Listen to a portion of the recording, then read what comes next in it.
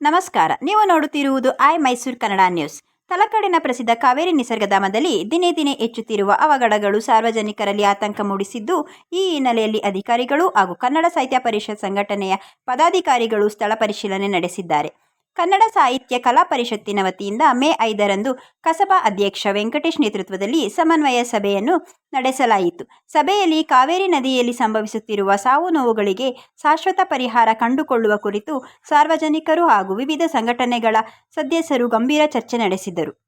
ಸಭೆಯಲ್ಲಿ ಮಾತನಾಡಿದ ಸಾರ್ವಜನಿಕರು, ಕೆಆರ್ಡಿಸಿಎಲ್ ವತಿಯಿಂದ ನಿರ್ಮಾಣವಾಗುತ್ತಿರುವ ತಲಕಾಡು ಮಾಲಂಗಿ ಸೇತುವೆ ಕಾಮಗಾರಿಯ ತ್ಯಾಜ್ಯ ವಸ್ತುಗಳು ನದಿಯಲ್ಲೇ ಉಳಿದಿರುವುದರಿಂದ ಅಪಾಯ ಹೆಚ್ಚಾಗಿದೆ ಎಂದು ಆರೋಪಿಸಿದ್ದರು. ಇದೇ ಅನೇಕ ಅವಘಡಗಳಿಗೆ ಪ್ರಮುಖ ಕಾರಣವಾಗಿದೆ ಎಂದು ಆಕ್ರೋಶ ವ್ಯಕ್ತಪಡಿಸಿದರು.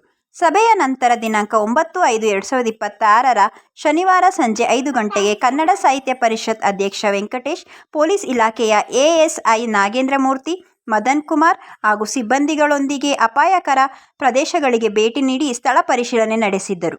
ಈ ವೇಳೆ ನೂರಾರು ಪ್ರವಾಸಿಗರ ಬಲಿಯನ್ನು ಪಡೆದಿರುವ ಅಪಾಯಕಾರಿ ಪ್ರದೇಶಗಳನ್ನು ವೀಕ್ಷಿಸಿ ಸಮಸ್ಯೆಗಳ ಕುರಿತು ಸಂಪೂರ್ಣ ಮಾಹಿತಿ ಸಂಗ್ರಹಿಸಲಾಯಿತು. ಅಲ್ಲದೆ ಸ್ಥಳದ ವಿಡಿಯೋ ಚಿತ್ರೀಕರಣ ಕೂಡ ಮಾಡಲಾಯಿತು.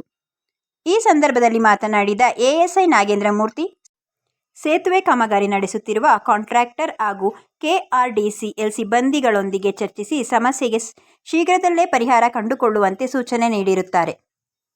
ಪರಿಶೀಲನಾ ಭೇಟಿಯಲ್ಲಿ ನಿಸರ್ಗಧಾಮದ ದೋಣಿ ಸಂಘದ ಮುಖ್ಯಸ್ಥ ಹಂಸರಾಜ್, ಅರುಣ್ ಕುಮಾರ್, ಗೊಲ್ಲ ಶಾಂತಕುಮಾರ್ ಸೇರಿದಂತೆ ಹಲವಾರು ಉಪಸ್ಥಿತರಿದ್ದರು.